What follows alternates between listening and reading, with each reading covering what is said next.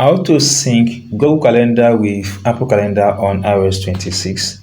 Tap on Settings button, then scroll down until you see Apps. Tap on Apps. Now locate and tap on Calendar from the list of apps you have here.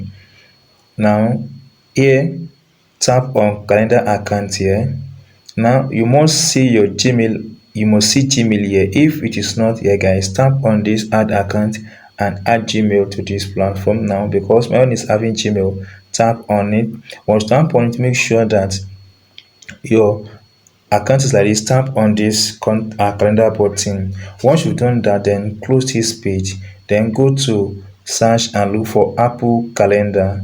That is calendar again, then here is calendar. Tap on this calendar button. It comes up like this. Now tap on this plus button. So now at the calendar, tap on this button here.